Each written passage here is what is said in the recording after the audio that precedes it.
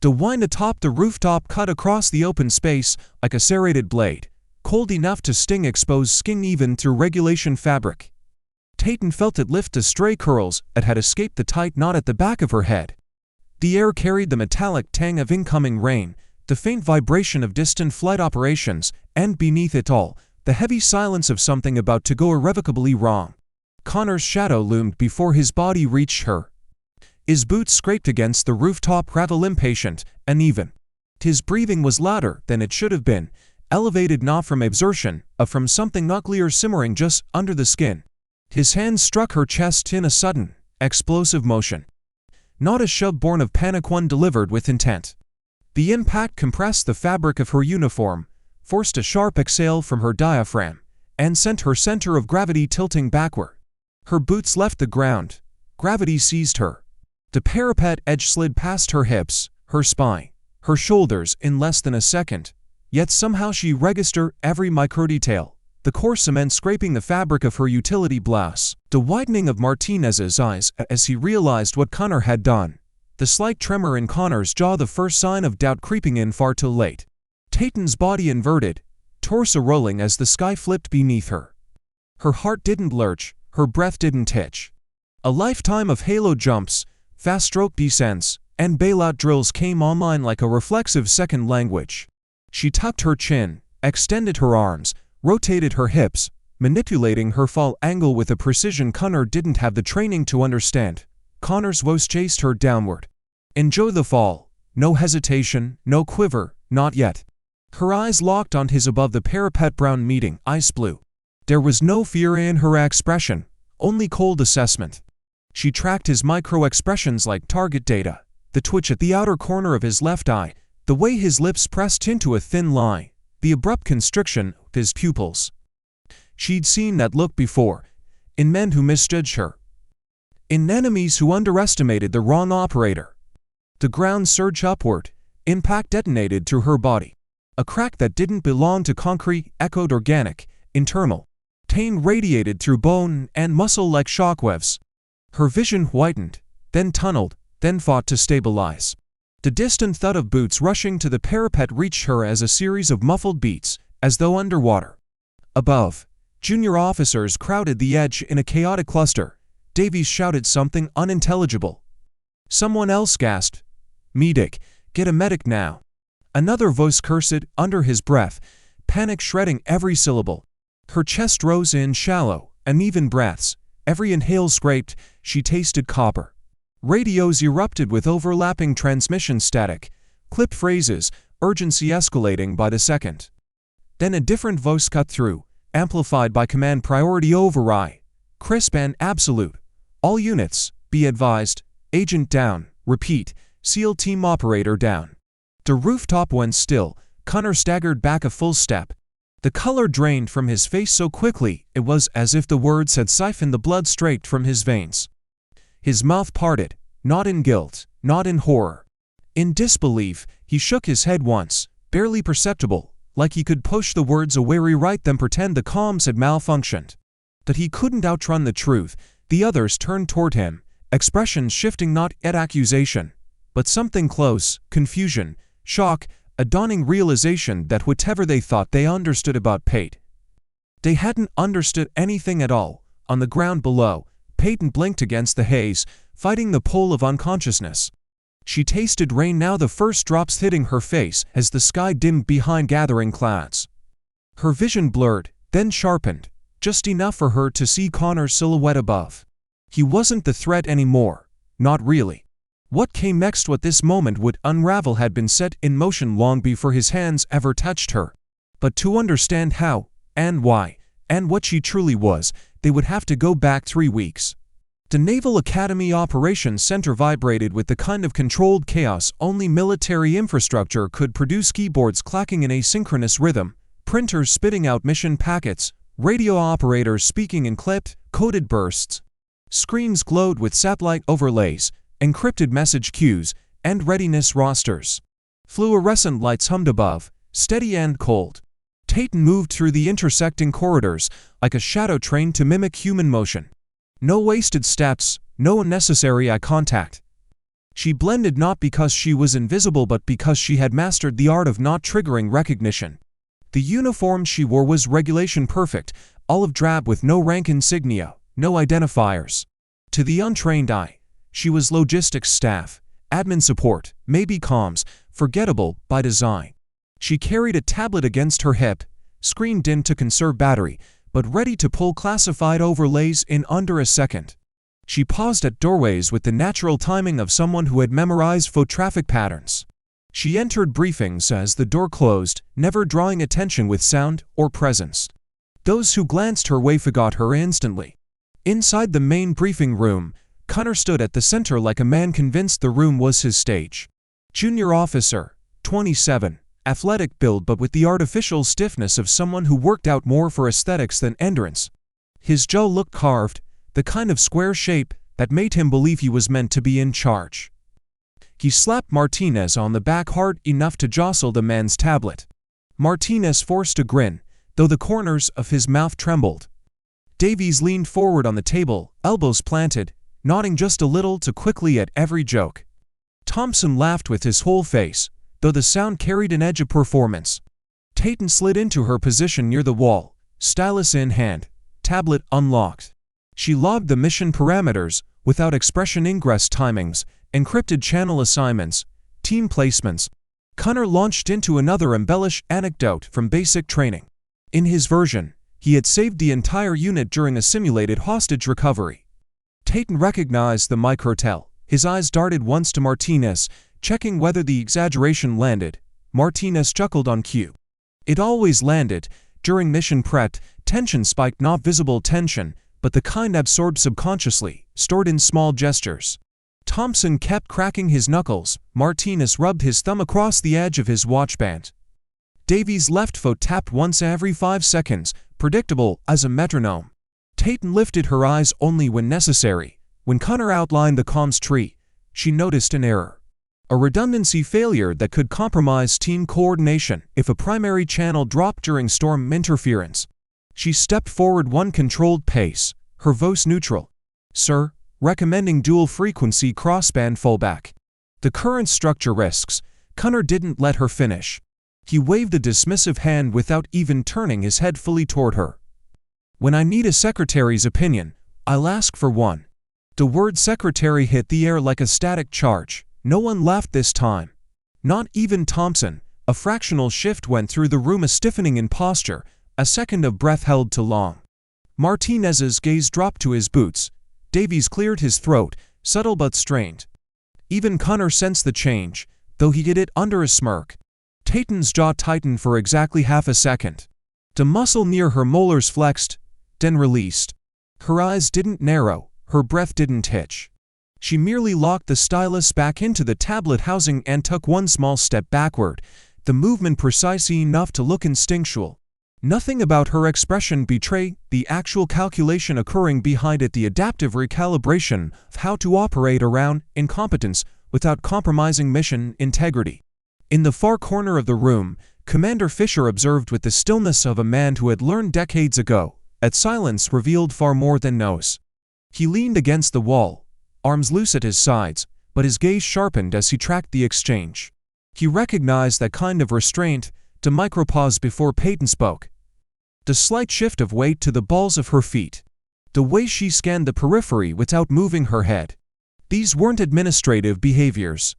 They were muscle memories born from dark water submersions, off-grid infiltration courses, joint task operations, or one wrong breath could trigger an entire cascade of casualties. He had seen operators like her before, men and women who carried classified burdens behind expressionless masks, whose service records looked deceptively thin on paper because the real entries existed in sealed vaults. Tayton returned to her place against the wall, tablet steady in her hands. She resumed taking notes, as though nothing had happened. But Fisher noted the faint tremor in Connor's right eyelid, the nervous tick of someone who had just misjudged a variable he didn't yet understand. He kept watching Pate, the unremarkable woman no one in the room bothered to truly see. And he wondered quietly, analytically, how long she would tolerate being underestimated. And what would happen when she stopped. Mission day began before the sun had even considered rising. The operations compound lay draped in a muted violet haze, the kind that only appear in the hours between astronomical twilight and dawn. Floodlights buzzed overhead, casting sterile white pools across the concrete as personnel moved like silhouettes in a choreographed rush. Inside the equipment bay, the air held the familiar scent of CLP oil, metal, nylon webbing, and cooled steel. Tayton stood alone between two long rows of gear lockers, the dim overhead bulbs reflecting off the polished surfaces of breaching tools and stacked explosives. She moved with the same precision she applied to everything, gloved fingers tracing wiring routes, checking crimps, verifying charge weights. Her tablet rested on a nearby crate, displaying the loadout manifest for Connor's team. She wasn't required to double-check their gear. She had not been assigned to their preparation, but she had learned long ago that requirements rarely aligned with survival. When she reached the C for satchel charges, her breath paused not in fear, but in recognition of a mistake so basic it tightened in the muscles at the back of her neck. The deck cord routing was misaligned. One blasting cap sat a full millimeter off-seat. A miscalibration like that wouldn't create a misfire. It would create a failure. Connor's team had rushed the safety checks. Or worse, performed them with enough arrogance to call it good enough. She exhaled slowly, a controlled release of air that barely moved her chest. Then she began correcting each flaw with steady hands, recalibrating timing sequences, reseating the cap, cleaning the debris stuck under the adhesive pads. No theatrics, no frustration. Just quiet, clinical efficiency. She did not report it. She simply fixed it because letting incompetence run its course would cost the team more than embarrassment. By the time Connor and his men entered the bay, laughing about some bar story from the night prior, Peyton was already walking out, her tablet pressed against her hip. They never noticed her passing them. They never noticed the avoided disaster sitting neatly in their packs. Pre-dawn bled into full daylight as the joint training exercise commenced. International forces observed from evaluation decks, British Royal Marines, Australian SF observers, a scattering of NATO evaluators. Connor strutted at the head of his team, shoulders square, voiced aloud as he briefed his men like he expected the audience to applaud each command. Tayton remained unseen in Overwatch, positioned near a comms tent with a headset she rarely used. Her role for this exercise was officially support observation. Unofficially, she was the failsafe.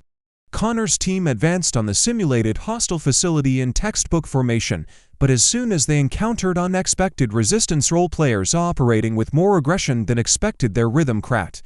Davies hesitated, clearing a corner. Thompson's breathing spiked, audible over the open mic. Martinez requested an early charge detonation. Connor ordered the breach.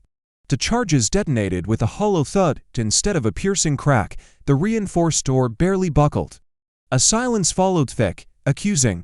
Connor swore under his breath, but the open mic caught the tremor in his voice. He had no backup plan, no alternative entry, no foresight. For the first time during the op, Peyton pressed the transmit key. Her voice slid into the comms net with chilling calm. Secondary entry point, north wall, ventilation shaft. 14 meters, static crackled. Connor's reply came sharp. Who the hell? Just trust me. Her tone cut through his protest like a scalpel, precise, cold, final. There was no room for ego in it, only authority earned from places Connor had never been. A brief hesitation followed. Martinez inhaled sharply. Davies whispered something off mic, even Thompson's wheezing slowed. Connor finally exhaled one full breath and redirected his team. Move. North wall. Now, Peyton tracked their movement via the drone feed on her tablet. The ventilation shaft was exactly where she knew it would be, a structural vulnerability often overlooked in training scenarios, perfect for a forced entry bypass. The team maneuvered through it with surprising fluidity, adrenaline sharpening even their weaker instincts. They secured the facility, exercise complete. International evaluators nodded. The control tower logged the run as successful with adaptive mid-mission correction. Connor swaggered into the debrief room as though victory had been inevitable. His hair was still damp with sweat, his jaw set in a practiced angle of confidence. Martinez and the others followed, exhausted but relieved. When the evaluator asked what had happened at the breach, Connor didn't miss a beat. Improvised a tactical solution under pressure. Lee slid off his tongue with the ease of someone who had practiced credit theft his entire career. Davies shifted, uncomfortably. Thompson glanced at Peyton just once, a flicker, but said nothing. Peyton sat off to the side, hands folded around her tablet. No reaction, no glare, not even a breath that hinted at frustration. But her fingers remained still. The absence of any fidget spoke louder than anger. Across the room, Commander Fisher watched her in complete silence.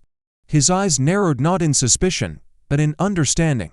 He saw the restraint, the professionalism, the refusal to engage in the ego games unraveling around her. And he began to wonder how long Connor's illusion of leadership would survive against someone like Peyton Drake, weak to begin before sunrise, the kind of cold, metallic dawn that settled over the training compound like a warning. Peyton arrived early, boots leaving no sound on the concrete as she crossed to the staging area.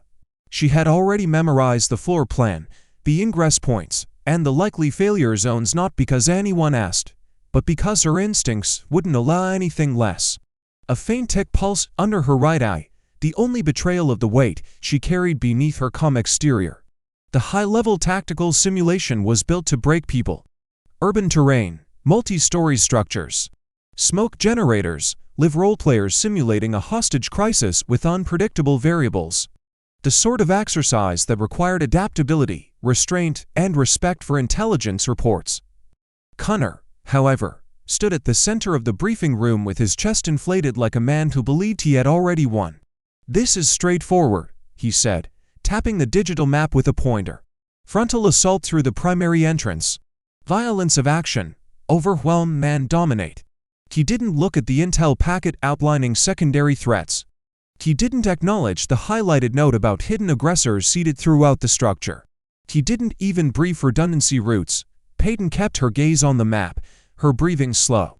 Her fingers curled just once against her thigh. No one else noticed. The simulation began with the crack of simulated gunfire. The team stacked at the entrance behind Connor, who charged forward exactly as planned. The kill house erupted into chaos. Role players, unexpected ones, emerged from blind angles. Two trainees went down, sensors flashing red to indicate simulated injury. The comms filled with static-laced shouting. Connor froze. His rifle lowered an inch, just enough to reveal the tremor in his left hand. For the first time, he was staring directly at the consequences of bad decision-making. His decision-making, sweat gathered at the edge of his jawline. His breath hitched. Peyton moved. She didn't ask permission. She didn't wait for a correction that would never come. She stepped past Connor with the silent efficiency of someone who had breached real rooms with real guns pointed at her. She raised two fingers, signal for split stack. No one recognized it. SEAL Team CQB language, not taught here. Not meant to be used here, but she used it anyway. She slipped into the first room, pawing off the angle with a precision that belonged on combat footage, not in a training scenario. Her footwork was anchored, deliberate. Each micro-adjustment of her shoulders and weapon system communicated a fluency the others didn't understand but instinctively followed. Another aggressor appeared. She neutralized him with a controlled pair to the simulator vest, then advanced, clearing the second room before the rest of the team caught up. Her pulse remained steady. Every movement was muscle memory built from operations Connor couldn't even pronounce. She located the hostages to roleplayers zip-tied in a corner. Their eyes widened as she cut them free with a blade she had palmed before entry. She signaled again, 3 fingers sweeping left, indicating the alternate exfil route she had identified during her private recon that morning. No one had even known she conducted one. She escorted the hostages through a narrow service corridor, bypassing the kill zones Connor had blindly charged into. The team followed her now, unquestioning, breathing hard, adrenaline shaking their frames. Peyton's breathing never changed. Exercise complete, 0 casualties. The evaluators exchanged looks, quiet, stunned. Someone muttered a barely audible "damn." Connor broke first. He stormed toward her, face blotched red, jaw trembling with contained humiliation. "You violated chain of command," he spat, voice cracking. "You don't run ops, you file paperwork." Peyton met his eyes, unblinking. Her expression was still, almost serene, but her fists were subtly clenched at her sides. "The objective was accomplished," she said. "No defiance, no apology, just fact. Fisher stepped between them with a hard voice. Stand down, Connor. Debrief in my office. Now. Connor hesitated too long before storming off, boots hitting the ground with angry, uneven impacts. Later, in the corridor, he found her alone. His steps were quieter this time, a predatory silence. He leaned in close, breath tinged with rage. Stay in your lane, he whispered, or I'll make your life hell. Peyton didn't flinch. Her eyes flicked once barely to his hands, assessing distance, threat, angle. Then she walked past him without speaking, leaving him standing in the dim hallway, fists trembling, realizing too late that his threat had bounced off someone he was never meant to underestimate. Week 3 dawned with a deceptive quiet, the kind that made the air feel too still, as if the base itself were holding its breath. Surveillance rotation was supposed to be routine standard perimeter checks, ID verification, movement logs. Peyton walked the corridor of the administration building with her usual measured gait, clipboard in hand for appearances only. Behind the calm exterior, her eyes tracked shadows, angles, and line-of-sight vulnerabilities with the precision of someone who'd lived too long in the space between threat and duty. The tick in her left eyelid flickered once when she caught sight of the man entering through the east checkpoint feed grainy on the monitor, an unmistakable, foreign asset, classified file. Months of tracking, he was not supposed to be here. Not armed, not alone. Her breathing didn't change, but her grip tightened slightly on the pen she held, knuckles whitening for half a second. Then she moved, the alarm triggered 3 beats later. Unauthorized entry, armed suspect, lockdown protocol engage. Connor's voice came over the internal net, sharp, rushed, trying too hard to sound in control as he rallied his team. That they were preparing to respond by the book to a threat that had no intention of following one. Peyton was already advancing through the building, silent and precise. Each footfall landed exactly where the acoustics were deadened. She slid along the wall, eyes cutting over corners with micro-adjustments of her head small, deliberate, the trained choreography of close-quarters dominance. A gunshot tore through the second floor, the sharp crack echoing through the hallways. Someone screamed, another shot followed, lower caliber, controlled. The foreign asset was establishing position, anchoring himself. This wasn't panic, it was preparation. Peyton reached the stairwell. She didn't pause to psych herself out, she was already there mentally. She ascended with controlled breathing, exhaling through her nose, cheeks tightening only slightly as she heard him reload. At the landing, she angled her body to minimize silhouette exposure. Her fingers flexed once, grounding muscle memory. She slid into the hallway, her shadow barely tracing the wall.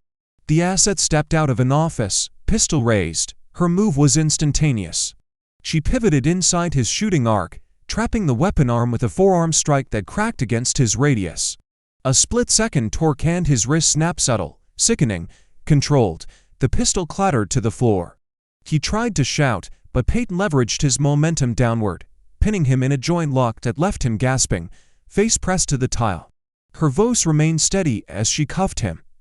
When Connor arrived, weapon drawn, chest rising to fast, Peyton was already reading the suspect his rights in English, then in full a secondary translation. Her posture was composed, almost surgical in its precision, no adrenaline shaking her hands. No triumphant smirk, just duty. Connor's mouth tightened. His eyes flicked over the scene, the disarmed weapon, the cuffed threat, Peyton's steady breathing. His ego strained under the weight of something he refused to label as admiration. He didn't say thank you, he barely said anything. Perimeter secure, he muttered into comms, though he hadn't secured anything. Peyton didn't correct him. Hours later, during the debrief on the rooftop, the wine carried the sharp scent of rain across the base. The horizon glowed faintly with incoming weather. Peyton stood with her hands behind her back, gaze fixed on the distant perimeter lights. Fisher spoke in low tones, addressing protocol breaches, commendations, and the need for discretion given the classified nature of the incident. Connor listened with clenched jaw, his fingers tapped against his thigh with irregular, jittering frustration. He kept glancing at Pate, each time a little longer, as though testing the truth of what he'd witnessed earlier. Fisher dismissed them. The door shut behind him. Connor exhaled sharply.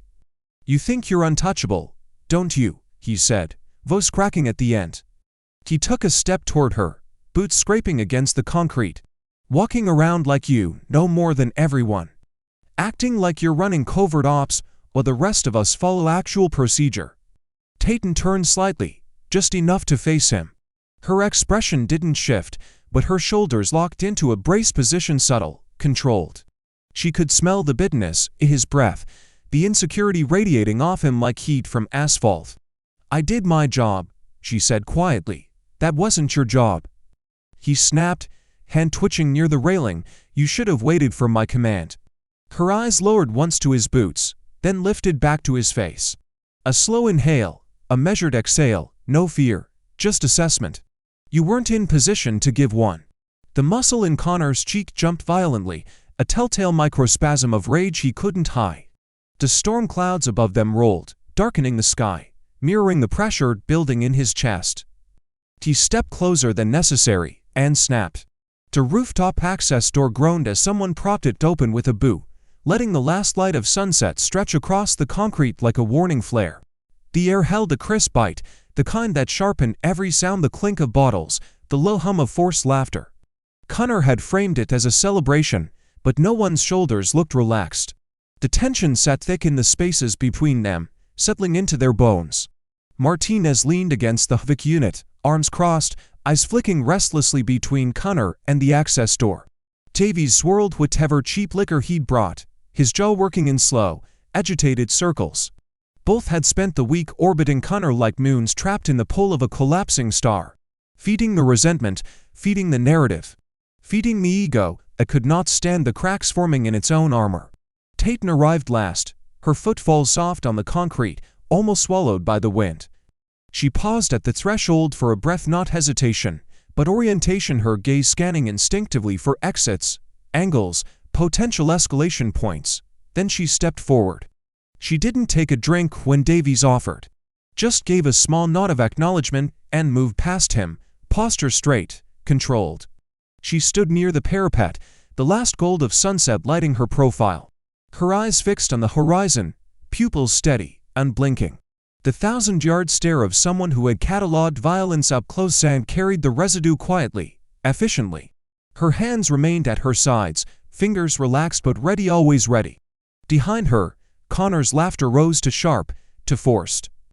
Alcohol coated his breath, turning every exhale into something sour and reckless. He slapped Martinez on the shoulder, but his eyes never left Pate. A tic had settled under his right eye, fast, erratic, betraying the storm inside him. Finally, he pushed off the wall and walked toward her. His steps were uneven, not from the liquor but from the weight of wounded pride. "You think you're special?" he demanded. The words came out slurred at the edges, but hot in center.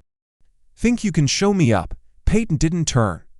She let the wind lift a strand of hair before quietly repositioning her stance, subtle shift of weight, feet angled for stability. Her voice, when it came, was low, even, threaded with a steel most people never notice until it was too late. "I think," she said, "I still on the horizon. You should step back." He barked a laugh. Martinez and Davies exchanged tight glances. They could feel the air thinning. Or what? Connor stepped closer, breath hitting the side of her face. His chest puffed in a challenge he barely understood. "You gonna boss me around again? Make me look small?" She finally turned to face him. No expression, no flinch, but her spine straightened by a fraction, shoulders pulling back in a posture that radiated quiet dominance, the kind learned in dark rooms in darker countries, not in classrooms. "Connor," she said, and her voice dropped into something deeper, a command frequency. The kind that bypassed the ears and went straight to the survival instinct. Walk away. It should have worked, but alcohol and pride were a lethal mix. His hand shot forward, shoving her. The movement was clumsy, fueled by frustration more than intent, but it hit her squarely in the shoulder. Tayton's boots scraped minimally against the rooftop, but she absorbed the force, anchoring herself with alarming steadiness. She didn't stumble, didn't gasp. Just blinked once, slow and controlled. That only infuriated him more. "What you think you're made of, stone?" he spat, shoving again, harder. Martinez shifted, uneasily. Davies looked away. The sky darkened behind them. This time, Peyton's heel hit the base of the parapet. Concrete pressed into the small of her back. She stayed centered. Even now, even here, her hands rose not to fight, but to maintain balance, palms open, fingers spread, measured breaths cutting the air in steady lines. "Connor," she warned again, voice barely above a whisper. "Stop," but he couldn't or wouldn't, his face twisted, jaw locking so hard the tendon in his neck protruded like a cord about to snap. He leaned in close, venom and insecurity swirling in his eyes. Martinez took half a step forward, then hesitated. Davies' grip tightened around his bottle until the plastic creaked. Connor's lips curled back in something too cruel to be a smile. "Enjoy the fall," he snarled, and then he shoved her with both hands full force. Tatum's body lifted from the edge, weight breaking free of the rooftop. For a split second her fingers reached out not in desperation, but in reflex, as if searching for purchase that wasn't there. Her eyes widened only a fraction, the smallest crack in her controlled armor. Then gravity claimed her. 3 stories, concrete waiting below. The wind rushed upward as she descended, a silent scream in reverse, the fall. The Naval Hospital loomed under pre-dawn lights, its windows washed in the sterile glow of fluorescent corridors. The IQ wing was quiet in the way only life and death places could be, monitors humming soft, respirators clicking in rhythmic intervals, each sound a reminder of how close the line was between survival and everything else. Behind a sealed glass partition, Tatum lay motionless. Her skin was pale under the harsh lighting, a stark contrast to the dark bruising blooming along her ribs and temple. Splints and dressings covered her limbs, IV lines snaked from her arms, and the ventilator hissed in steady, mechanical breaths. Compound fractures, internal bleeding repair in emergency surgery. A medically induced coma to stabilize intracranial pressure. Her chest rose and fell under the forced cadence of machines. Her fingers remained still. Outside the ICU, Commander Fisher stood rigid, shoulders squared with military precision, though the tension in his jaw betrayed the storm beneath the surface. His arms were crossed, an unusual stance for him, and his thumb tapped once against bicep, an unconscious tick he rarely allowed to escape. His gaze never left Pate. 2 men stood beside him. Civilian clothes, press slacks, dark jackets, but anyone with operational experience could see they weren't civilians at all. Their posture was too controlled, eyes too alert, no ID badges, no name tags. Their presence carried the silent authority of those accustomed to classified corridors and black-budget operations. One of them flipped open a notebook without looking at it. "More habit than me." "Status?" he asked. Voice low, flat. Fisher didn't glance at him. "Alive, barely." The man nodded once, as if confirming an internal calculation. His partner's gaze slid toward the IQ window, lingering on Peyton's motionless form. He exhaled slowly, a microscopic shake of the head betraying respect rather than surprise. Footsteps echoed down the hall, hurried, uneven. Connor arrived flanked by 2 military police. His face was drained of color, lashes blinking too fast, chest rising in shallow, clipped breaths. Cuffs locked around his wrists clicked as he stumbled to a stop. "This is insane," he snapped, voice cracking. "I didn't know it was an accident. She shouldn't have been." "Quiet." One of the MPs tightened his grip on Connor's arm. The reprimand wasn't loud, but the steel in it shut him down instantly. Connor swallowed hard. His eyes darted to the ICU window. The sight of Peyton, the tubes, the bruising, the stillness hit him like a blow. His nostrils flared, panic flickered in his pupils, quick and sharp. He tried to speak again, but the older civilian stepped forward. "Officer Connor," he said, voice precise, clip, each word calibrated. "Before you embarrass yourself further, you should understand who she is." Connor blinked, confused. Sweat gathered along his hairline. Fisher finally turned, slowly. His gaze landed on Connor with a weight that felt surgical in its focus. The civilian extended a red-bordered file, thick, classified markings stamped across the cover like warnings. Fisher took it, opened it, and held it where Connor could see. The top page showed a photograph: Peyton in service dress blues, posture perfect, expression unreadable, eyes carrying that same quiet intensity she wore even in anonymity. The name beneath it was a gut punch: Lieutenant Commander Peyton Drake. Fisher read aloud, each credential a blade slicing through Connor's bravado. SEAL Team 5. A tremor crossed Connor's jawline. Naval Special Warfare Development Group. Davies, standing behind him, inhaled sharply. Martinez's eyes widened. 3 combat deployments. Fisher's voice stayed cold. Silver Star. Connor's breathing stuttered. Bronze Star with Valor. A pulse ticked violently at Connor's temple. The civilian finished for him, tone unforgiving. Currently assigned to a deep cover counterintelligence operation. Connor's world tilted so hard he had to shift his stance to keep from stumbling. His fingers twitched against the restraints. His mouth opened, but no sound came. Fisher stepped closer, his presence a looming judgment. "You didn't push a secretary off a roof," he said. No emotion, no raised voice. Just the brutal truth delivered with surgical precision. "You attempted to murder a decorated naval special warfare operator conducting a classified investigation." Fisher let the words hang, sharp as broken glass. "One that you, Officer Connor, are now subject of." The hallway went silent. Even the machines inside Peyton's room seemed to pause between breaths. Connor's throat bobbed. His eyes darted from Fisher to the file to Peyton's still form and finally to the floor, as the weight of it all crushed whatever denial he had left. The MPS moved him back a step, his knees nearly buckled. The conference room felt colder than the rest of the building, its walls muted gray, its overhead lights too bright, the air conditioning humming with a low mechanical pulse. A long table dominated the center, its surface scattered with manila folders, evidence bags, digital tablets, and a single stainless steel carafe of coffee no one touched. The atmosphere held the static pressure of a storm about to break. JAG officers sat on one side, uniforms crisp, expressions trimmed down to professional neutrality. On the other, 2 NCIS agents, one methodical, eyes moving with quiet predation. The other leaning back just enough to project control, but never letting his guard drop. At the head of the table stood a senior officer from Naval Special Warfare Command, gaze hard as tempered steel. Then the projector flickered to life. On the screen, Peyton's Face ID photo, rank, credentials, her service record, her operational history, her commendations. Every line of text was a reminder of the weight of what had been done to her. Commander Fisher stood against the back wall, arms crossed, his jaw flexing once each time the next slide appeared. His breathing stayed measured, but a faint pulse beat at his temple, a silent metronome marking his restraint.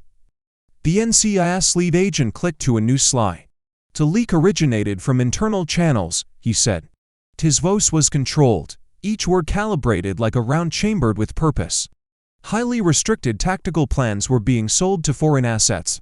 The seller had access above his pay grade. Peyton Drake was assigned as part of a counterintelligence sweep to identify the source. A JAG officer leaned forward, and she traced it to someone on base. "Yes," the agent replied. She had narrowed the list to 3 suspects. One name, in particular, triggered a deeper audit. He clicked again. Connor Murphy's photo appeared on the screen. The room didn't react outwardly, but micro-expressions rippled like small fractures through stone-tightened eyelids, throat swallowing, fingertips tapping once against tablet edges. The agent continued. Financials flagged irregular activity. Offshore transfers routed through layered shell corporations. Payment patterns consistent with structured compensation for classified intel. He pulled up charts, wireframe graphs, and transaction logs. Numbers scrolled like a digital confession. Another NCIS agent slid a file across the table. These accounts tie directly to encrypted communications recovered from a foreign operative arrested 2 months ago. That operative referenced the junior contact. Connor. Martinez sat near the door, hands clasped so tightly the knuckles whitened. His eyes flicked upward when his name was called. Petty Officer Martinez stepped forward. He moved stiffly, not fear-shame. His throat bobbed as he swallowed. "I want to amend my previous statement." A JAG officer nodded. "Proceed." Martinez exhaled, the breath shaky, barely under control. "Connor ordered us to sabotage her work." His gaze dropped. He said she was a threat. That she needed to be pushed out before she screwed things up. Fisher's jaw locked so sharply a muscle jumped near his cheekbone. Martinez continued, voice cracking. "The equipment malfunctioned though. See for charges, he had Davies miscalibrate them. Said, if the breach failed, she'd be blamed." He laughed about it. Martinez squeezed his eyes shut for a beat. "We didn't know who she was. We were idiots. We thought she was just admin." He finally looked up. guilt pooling in his expression. He said once she messed up, command would remove her. That she'd be reassigned, out of his way. A heavy silence followed, one that everyone felt in their chest. NCIS clicked to the next slide. Security footage. Tate, pre-dawn, in the equipment bay, recalibrating those same charges, quiet, precise. Unaware that sabotage had been planted not as a prank, but as a weapon. A JAG officer spoke, voice low with controlled anger. She saved lads without reporting him. The NCIS agent nodded. Connor escalated once she didn't fail. He ordered targeted humiliation, public corrections, private undermining. He even encouraged confrontations, hoping she'd snap and make herself a disciplinary liability. A freeze-frame image showed Connor a hallway, cornering Pate, expression twisted with suppressed fury. Another showed his crew watching, some smirking, some uneasy. The next slide hit harder. Encrypted messages recovered from Connor's secondary phone. The text threads were short, clinical, she's getting too close. Handle it, remove her from play. One JAG officer leaned back, exhaling slowly. He escalated from sabotage to intent. The NCIS agent didn't sugarcoat the conclusion. She wasn't targeted because she embarrassed him. She was targeted because she discovered him. The room fell into a grave stillness, the implications settling like lead. Fisher's hands tightened behind his back. A faint tremor ran along one finger, tightly caged. Someone whispered, barely audible, she got too close, and everyone knew. That was the truth. Tate and Drake hadn't just been pushed off a roof by an insecure officer with an ego. She had been silenced by a man who feared exposure. A traitor hiding behind rank, a Wolf wearing a uniform. The courtroom air feels recycled, to clean, as though the ventilation system is trying to scrub away the gravity of what is about to happen. Fluorescent light reflects off polished floors and the brass trim along the walls of the military tribunal chamber. Connor sits at the defense table, his dress uniform stripped of insignia. Empty Velcro patches where rank once clung, fabric slightly discolored from the absence. His jaw works in small, involuntary motions, grinding against the silence. A faint tremor pulses in his thumb where it taps against the leg of his trousers, too quickly, betraying the rhythm of a man rehearsing panic. His attorney murmurs to him, voice low, measured. We stay with the narrative, accident, hazing gone wrong. But Connor's eyes flicker with the restless darting of someone seeing exit routes in a room that has none. The doors at the back open, sharp footfalls echo steady, uneven only in the slightest drag that reveals the presence of a cane. Tate enters dressed in her navy dress whites, the fabric crisp, metals aligned with surgical precision. The cane in her right hand is matte black, issued by the Naval Hospital, and she carries it like a weapon she refuses to rely on. Her posture remains vertical, spine locked, shoulders set. The silver star ribbon catches the overhead lights like a cold glint of steel. Something shifts in the room. The gallery rises not because protocol demands it, but because respect does. A SEAL operator walking into a courtroom carries a gravity no instruction manual can replicate. She acknowledges no one, not even Fisher seated near the prosecution. Her gaze is forward, unwavering. As Payton takes the witness stand, Connor's eyes widen the smallest fraction.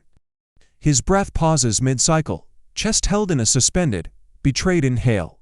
He had expected a bedridden ghost or an empty chair. Not this. Not a woman who survived the fall he ordered, standing before him in full uniform, alive, unbroken. The prosecutor approaches with a legal pad full of carefully tabbed sections. Lieutenant Commander Drake, he begins. State your role at the time of the incident. Her hands rest on the wood surface, fingers still except for a slight tension along the tendons, a quiet cold readiness, deep cover counterintelligence. Tasked with identifying internal leaks compromising operational security within naval special warfare, no hesitation, no flourish. Her voice is calm, low, carrying the controlled cadence of someone trained to report casualty counts in firefights, without breaking tone. She recounts the rooftop Connor's presence, his escalating hostility. The moment he stepped closer than necessary, she doesn't raise her voice. She doesn't dramatize, the truth is damning enough. The defense attorney objects twice, both times dismissed. The prosecutor moves to the next stage, he signals the technician. A monitor activates, Connor flinches, the footage appears, grainy but clear enough to recognize faces. The rooftop angle overlooks the edge, the parapet visible in sharp silhouette. Connor's posture on screen is predatory, leaning in, cornering. The audio captures the whine, faint ambience, then his voice, unmistakably clean. Enjoy the fall. In the courtroom, Connor's knee jerks, an involuntary spasm. His lawyer's hand presses down on his arm, trying to anchor him. On screen, the push comes next, deliberate, two-handed, force-calibrated, not clumsy. Tatum's body stumbles backward, arms flaring outward. She catches the edge, fingers scraping concrete, then slipping. The camera freezes at the moment her silhouette disappears.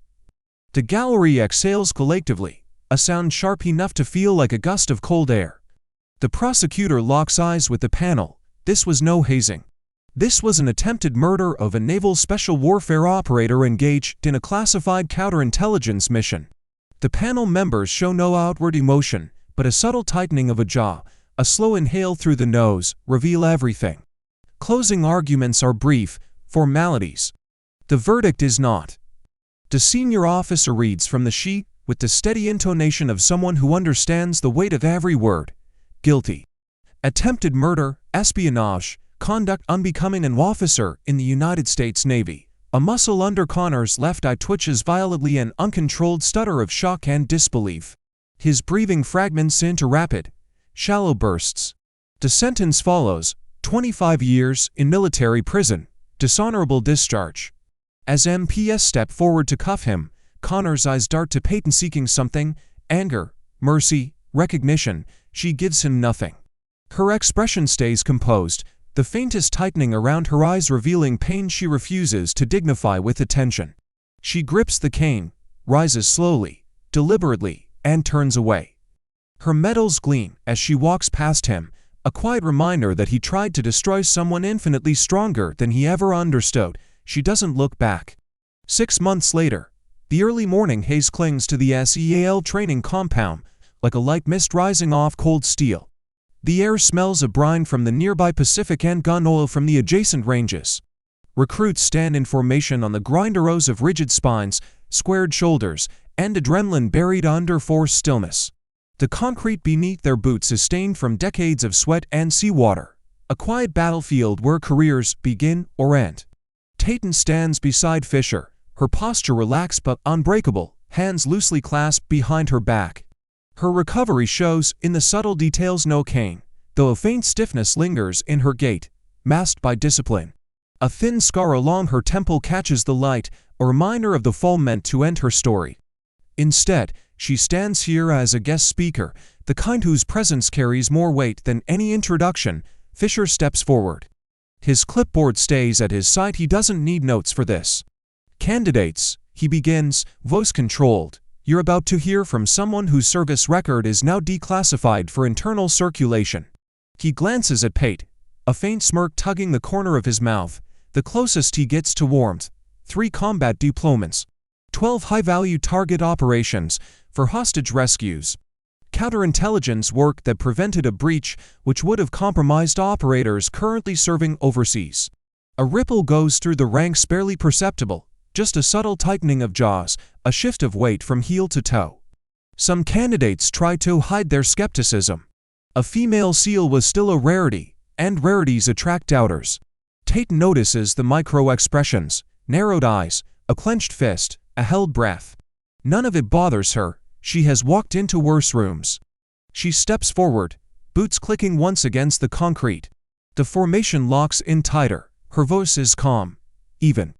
I won't take much of your time. No theatrics, no inflated stories, just operational cadence. You'll face people who underestimate you. Use it. Her gaze scans the rows, lingering a split second longer on the candidates trying too hard to look unfazed. You'll face danger you didn't choose. Face it anyway. She shifts her stance, hands resting lightly at her sides, a quiet confidence radiating outward. You'll face moments where staying silent protects the mission. Stay silent. The grinder is silent, but she feels their attention hook tighter, young minds absorbing the weight of what is unsaid. She lets a breath settle before continuing, but never forget who you are. Her eyes harden, not unkindly, but with conviction forged under fire. The trident isn't just a pen, it's a promise.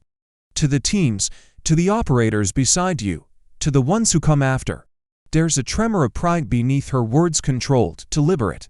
She lifts her hand in a clean, precise salute. The formation snaps into their return salute, with a unified crack of motion, palm slicing the air with respect usually reserved for legends carved into the walls of the compound. Today, they give that respect to her. Peyton lowers her hand and steps back. The candidates hold their position until Fisher dismisses them. As the rows break and shuffle into smaller reassembled squads, a young female candidate hesitates. Her boots scuff the concrete as she approaches Peyton with cautious steps, shoulders tense but eyes holding an earnest steadiness. "Ma'am." Her voice is low, formal. "Permission to speak." Peyton nods once. The candidate's breathing stutters a quick micropause she tries to disguise. "Did you ever doubt you belonged?" For the first time all morning, Peyton's expression softens. It isn't a smile, just a slight easing around her eyes. A breath leaves her, slow, honest, every single day. She lets the truth settle, heavy but liberating. "Then I did the work anyway." The candidate straightens, chin lifting just a fraction. "Thank you, Mom." Peyton gives a subtle nod and moves toward her vehicle. The gravel crunches under her boots, a quiet rhythm. She climbs into the driver's seat, turns the key, and leaves the radio off.